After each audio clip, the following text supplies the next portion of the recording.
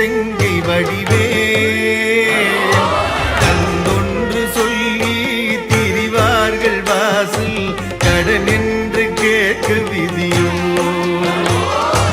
வண்டூர் பூவி விதழ் வேவு வள்ளி தெய்வ யானை குகந்த வேளா நன்றென்று சொல்லி மயில் மீதில் ஏறி வரவேணும் என்று நல்கே இடதூதரோடி வரும்போது உம்மை வெகுவாக நம்பினேனே புறமாது வள்ளி இடமாக வைத்து மயிலேறி வந்த குமரா இடமாக சோலை